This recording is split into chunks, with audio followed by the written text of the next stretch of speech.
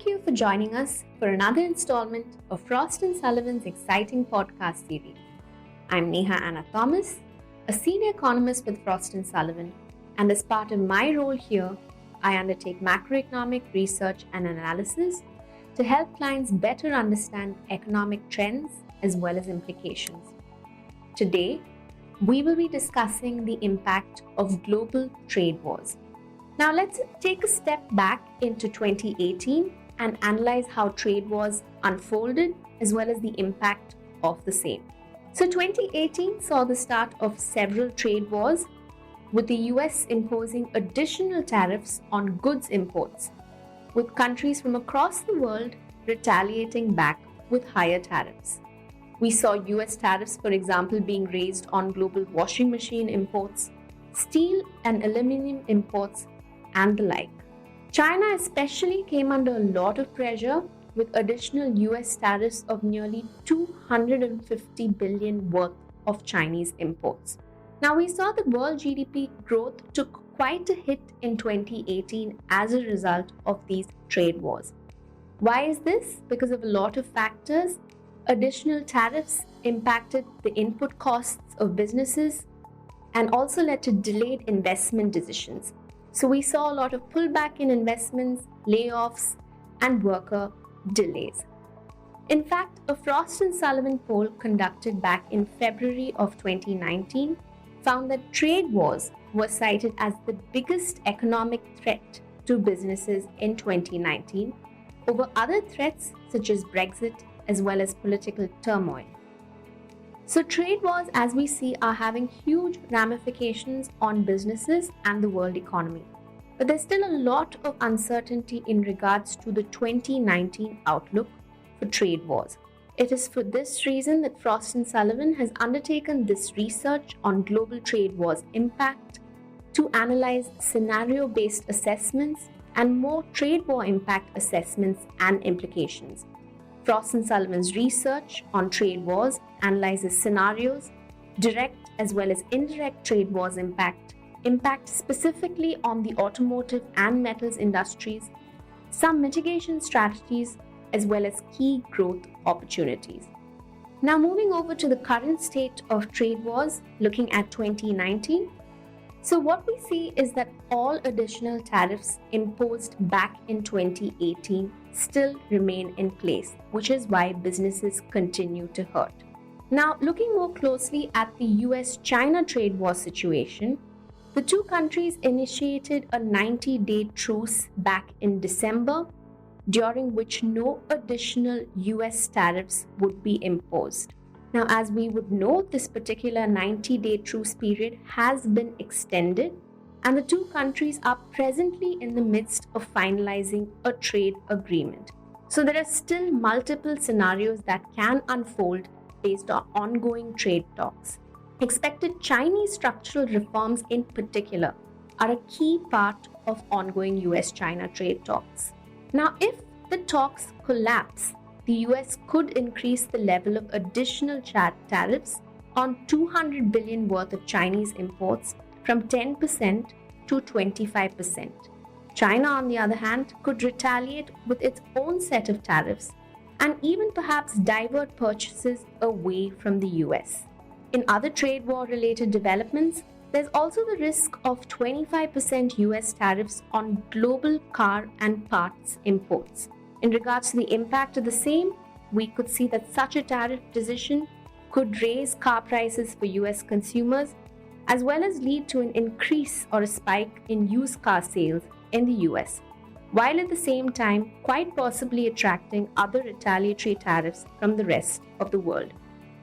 A final decision on this, that is potential 25% US automotive tariffs, could be expected by mid-May or potentially longer. In more recent days, we've also been seeing some trade tensions brewing between the US and Europe in particular.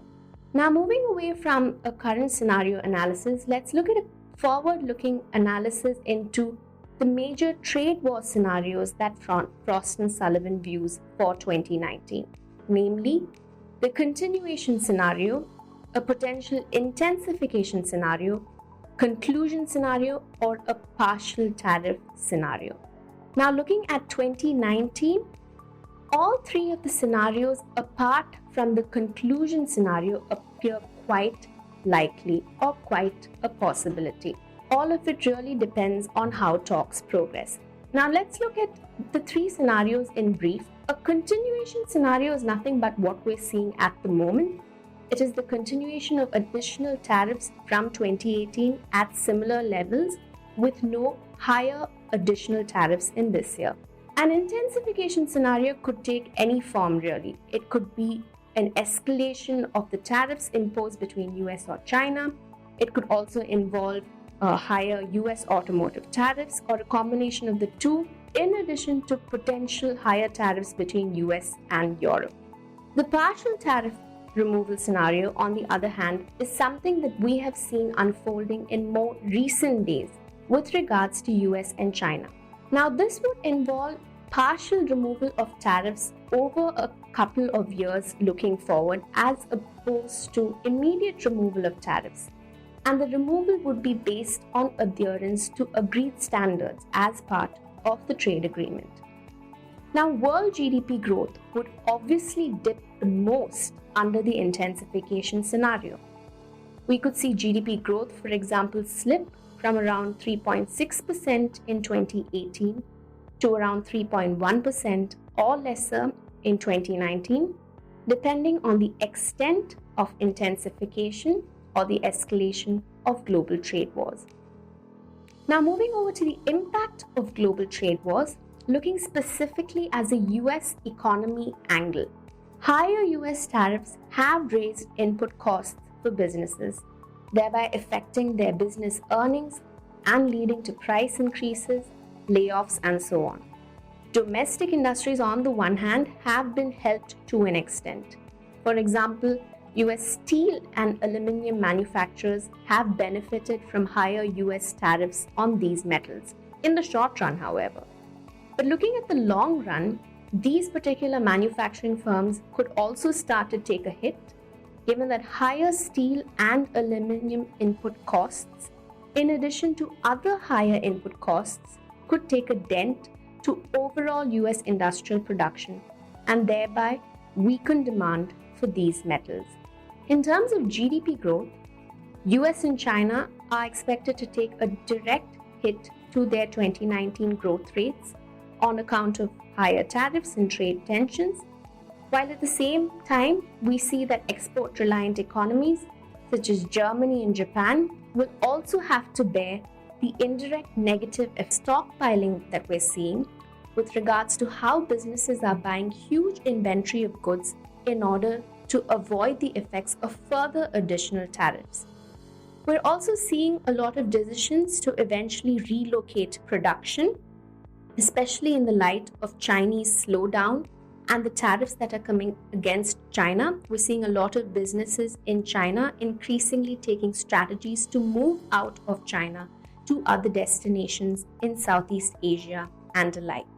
Now, with regards to anticipated strategies that could increasingly emerge, one is that of tariff engineering, by which firms could undertake legitimate modification of a product to fall under a more favorable tariff bracket.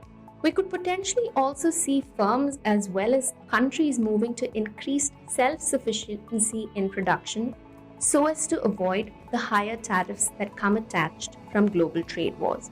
So as we've assessed until now, there are definitely a lot of restraints coming from global trade wars, but at the same time, we are seeing some growth opportunities emerging, as well as a few winners from global trade wars. To begin with, we're seeing that Southeast Asia is increasingly emerging as a manufacturing destination. Firms looking to move away from China are increasingly evaluating the strengths of Southeast Asia and making decisions to relocate into countries such as Indonesia as well as Vietnam. The trend of stockpiling is definitely creating a lot of demand for warehouse space. So we expect that trade wars will act as a boost for global warehouse owners as well as developers.